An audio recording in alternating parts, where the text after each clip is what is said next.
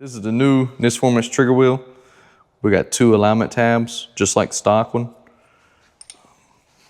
Take off the old one.